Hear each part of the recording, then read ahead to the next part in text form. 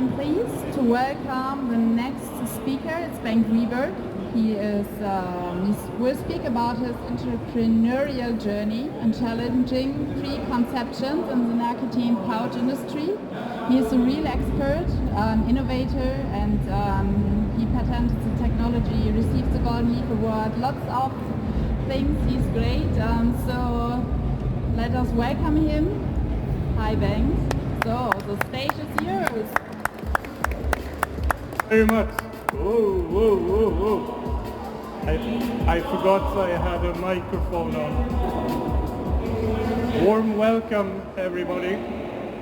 I am Bengt Wiberg, a former municipal economist who went on a very, very strange journey from being an economist to emergency visit at my dentist, to become a patent holder in the United States of America and the whole of Europe. I'm going to talk about my personal journey and what lessons I have learned and what help I have received totally free of charge. And I will finish with talking about what are the threats to safer nicotine products. And I will try to answer the question, is there a bright future for safer nicotine products? I believe not all of you might have tried Snus or the modern cousin, which is tobacco-free nicotine pouches. So let me start there. Snus, I would say, is the oldest tobacco harm reduction product in history. It was invented 220 years ago. It contains tobacco, water, salt, flavors, and pH regulating substances. Snus in the beginning was in a loose format, which means you have to form like a little ball, placing it under your lip, and the nicotine is absorbed by the body through all the mucous membranes of the mouth, not particularly the gum. There's some scientific reasons for that. So snus was invented 220 years ago. Nothing happened on the innovation side of snus until 1967. Professor Kurt Ensel of Swedish Match, research manager, he came up with this crazy idea. He placed the loose snus in an empty tea bag. And what happened? It was a fantastic innovation, because now the snus didn't run the tobacco. There was no tobacco in the mouth.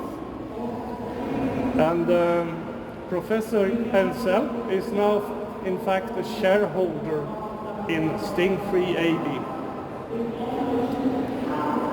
Snus has helped Sweden become very, very soon, perhaps already this year, the first smoke-free nation on the planet, according to World Health Organization goal of 5% smokers only.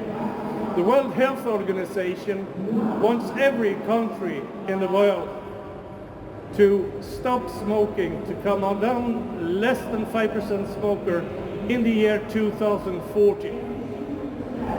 2040, in Sweden, smoking is down to close to 5%. Looking at Norway, following the Norwegian experience, smoking among young women in Norway has reduced from 30% 20 years ago down to 1%. Snus with tobacco is not allowed in the European Union. Sweden has a permanent exemption. Snus can be found in Norway, Switzerland, USA, Canada, South Korea, Japan, South Africa, Israel, many countries. But the European Union has banned snus, unfortunately. When it comes to when I call nicotine pouches have many names. Some call them tobacco-free snus, nicopods, nicotine pouches. In America, they call the category modern oral. But I wouldn't go into a UK tobacco shop and ask them to give me modern oral. It could be misunderstood.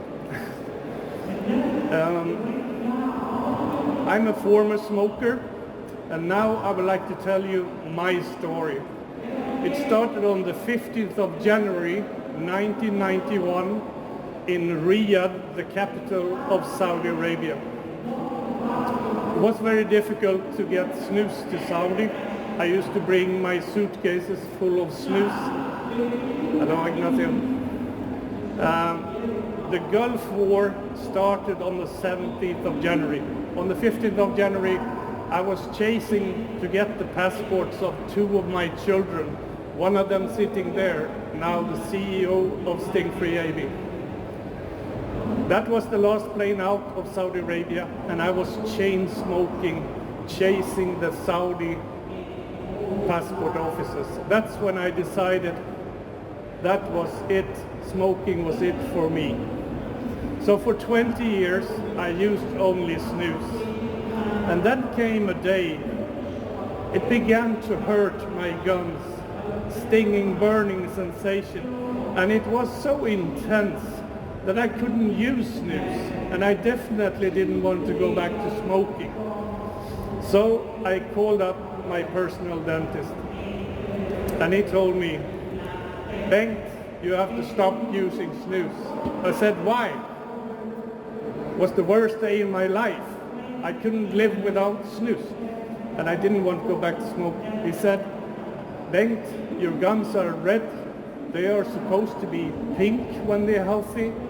Your gums have started to recede where you place your snus, and so forth. Then I came up with this crazy idea. I started experimenting with a Band-Aid, surgical tape on one side of the pouch, and then placing the protective side against my sore gums. What happened? The pain, the burning sensation disappeared immediately. My gums turned pink, healthy, and my gums stopped receding. Following year, when I went to my dentist, he said, Bengt, I can see you stopped using snus. And I said, no, I haven't. I just solved the problems. And what I've solved, I call it Stingfree snus pouch technology. A couple of years went by, and I got tired, placing the surgical tape on one side of the pouch.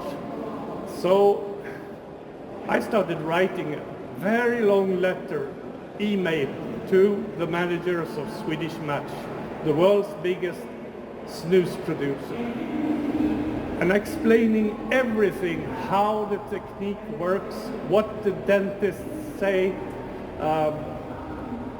how the world could benefit from Stingfree snus pouches. But just as I was about to press send and give away this innovation to Swedish Match, I stopped myself. I said, Bengt, am I the only person in the world who have experienced these problems with oral snus? So I stopped myself. Instead, I contacted the state authorities helping startup companies. So I met several very cunning persons, innovations advisors. I received 3 tax-free grants from the Swedish government to develop this technology further. The Startup Stockholm Foundation also told me to contact particular dentists at the Karolinska Institute. The Karolinska Institute is the body, the organization that awards the Nobel Prize in medicine each year. So I met with and talked to, and I also let them try my simple prototypes of a pouch with a protective side. Today I have about 200 dentists in my LinkedIn network following me. So how did I, municipal economist, end up with an agreement with Swedish Match? Well, this is funny.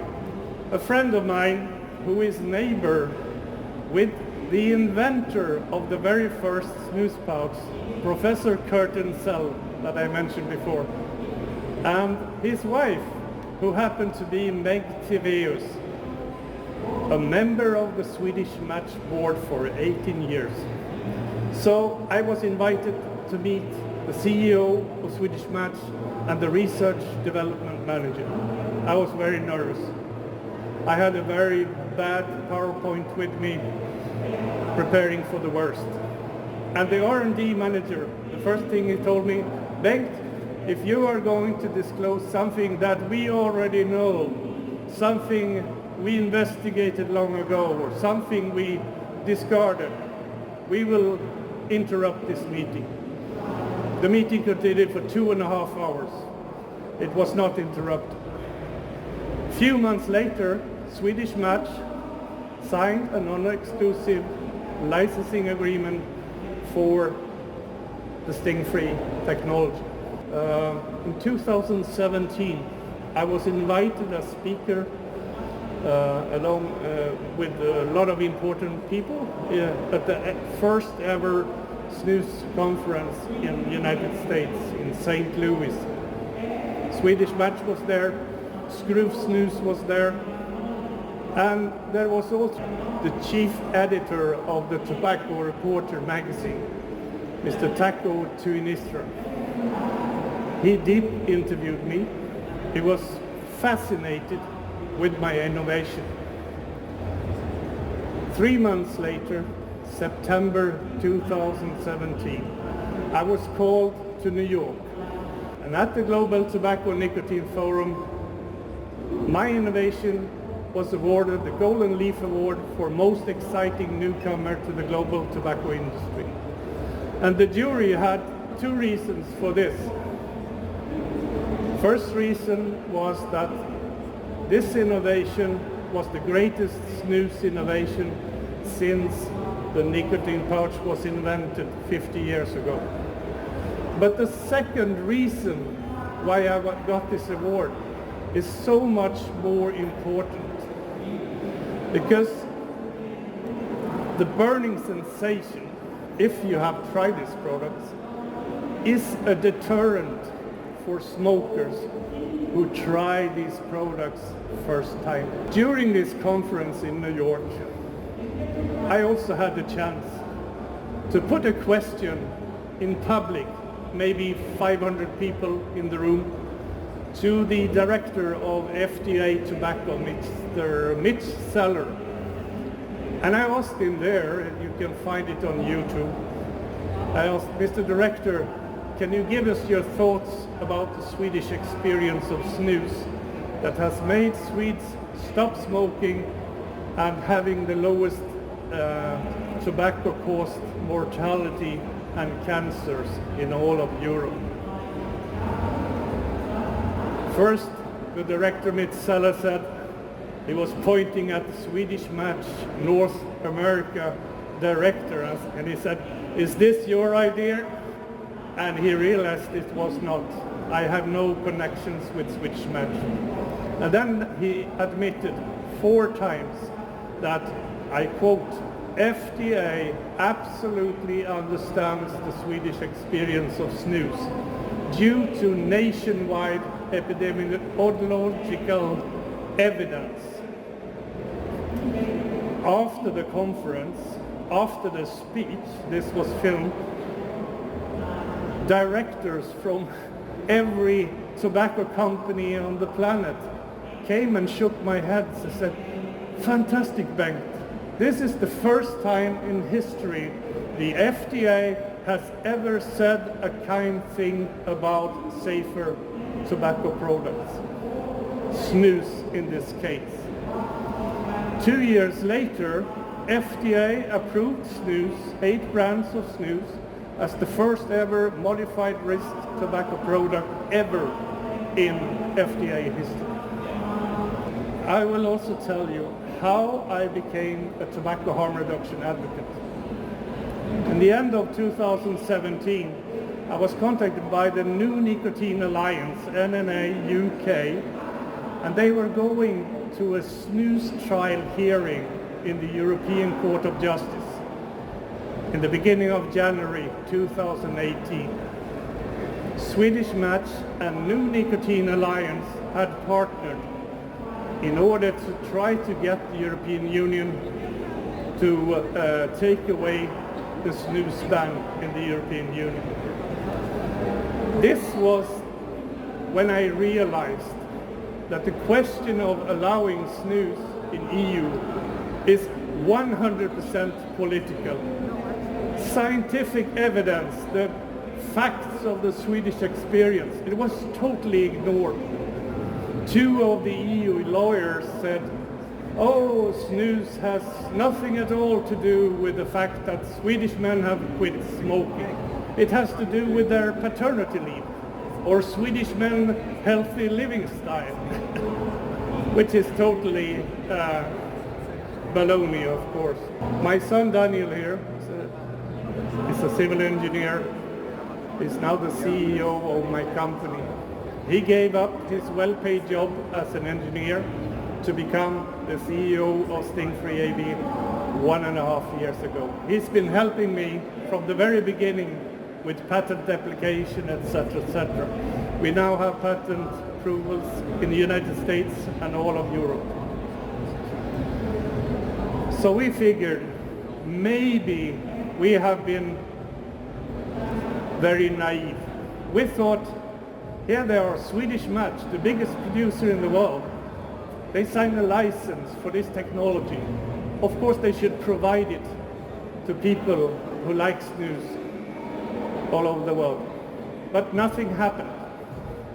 So we decided we will prove this concept on our own. And this is what we are doing right now.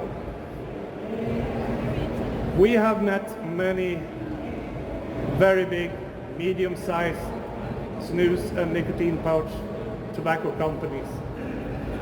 But very often we've been met with, "No, it's supposed to sting," or "It only stings the first 6 times." My experience, if you don't like a product the first time or the second time or the third time, you will not try it. So smokers will continue smoking because of this pain involved. So we went further.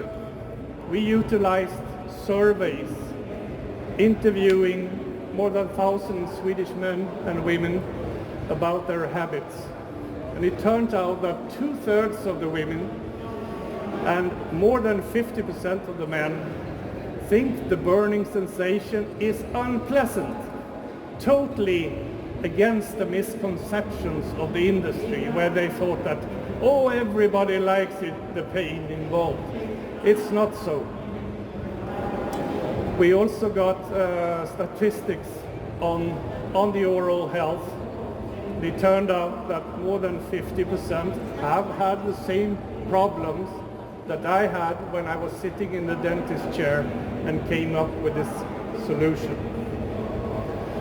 So we decided, let's go. But what is needed in order to launch a completely new product on the market? Money, of course. We needed investors. So I contacted one of the 10th richest man in Sweden, Mr. Erik Selin, top entrepreneur, on LinkedIn. I got a meeting. I told my son Daniel, we're going to meet Erik Selin, the 10th richest person in Sweden. He said, what? How dare you? How can you contact such a person on LinkedIn just like that? But he took an interest. We had a long meeting with him, and this summer Mr. Selin invested several million krona in our company, startup company, and he's now the second biggest shareholder. Enough about this now. We had test sales of Stingfree pouches in January locally, sold out immediately. The pricing is a premium priced product, very much more expensive than Swedish Match or British American tobacco products. And we will very soon, this spring, launch all over Sweden. The reason we are being here, one of many reasons, at this excellent EVO-NXT fair, is to meet distributors from other countries outside Sweden. Because we are not intending to stop in Sweden. We want this technology to be available in every country where these nicotine pouches are allowed. Let's talk a little bit in the end here about the challenges and the threats to next generation products. You could say that the justified war on smoking later became the war on tobacco. Snus has tobacco. And the war on tobacco has now become the war on nicotine. Nicotine does not cause any cancer or death in itself. It's the combustion, when combusting and inhaling tobacco, that is the cause of cancer. And if you don't believe me about the nicotine, you can just go to the FDA homepage and put the question, does nicotine cause cancer? The answer you will get is no. The threats, there's lots of misconceptions. You probably heard of popcorn lung with e-cigarettes, the EVALI. This talk about nicotine. I read the newspaper last week in Sweden says nicotine is a poison. Nicotine is a poison. And at the same time, I could go into my TV sofa at 10 o'clock in the morning, children watching TV, and see adverts for a lot of flavored nicotine patches, nicotine gum. It's really amazing. Flavor bans is discussed now in Belgium and other countries, Denmark. And flavors are equally important, both for any safer nicotine product, whether it's e-cigarettes or heat-not-burn or snus or nicotine pouches. Because if a smoker wants to leave smoking, perhaps that person don't want to have the same tobacco flavor in these safer products. I think also the fact that Sweden will become the first smoke-free nation according to the WHO standards, the Swedish experience, will be favorable to safer products in the future. We talked about politics instead of science before, but one little thing that I want to plant in your mind if you are in the industry is that focus will become on oral health. Smoking can cause oral cancer, tongue cancer, receding gum, etc. These nicotine pouches and snus can also cause receding gum. And e-cigarettes, there is very little science on oral health, but it can have some effects on mouth and throat problems. to answer the question, is there a brighter future for next generation products? I say, yes, there is. I'm 100% certain. Innovation is key. In the past 15 years, we've seen innovations such as vaping, e-cigarettes, the heat-not-burn, tobacco-free nicotine pouches, and the innovations will continue. Have you ever heard of products like nicotine toothpicks or nicotine-induced flavored cotton balls? Well, they are out there. Maybe not my first choice, but new innovations are coming.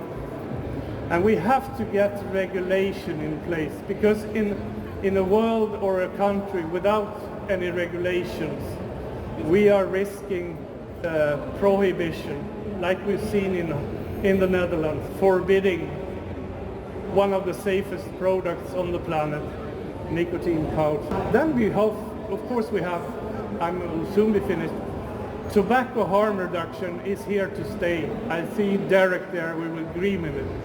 About 110 million people now on the planet have probably left smoking for good and are using safer nicotine products. It's a movement that is not stopping. Looking at nicotine pouches, it has a 10 times higher growth rate than e-cigarettes at the moment. And then we have smoking endgame. The World Health Organization goal of 5% or less smokers. We have already reached there, probably end of this year. 5.6% smokers in Sweden, and smoking rates in Norway going down thanks to these products. I also talked about relative risk, that if smoking is 100% risk, you find e-cigarettes and nicotine pouches and snus in the far end of the low risk, almost comparable with nicotine replacement products. Thank you for coming, and thank you very much.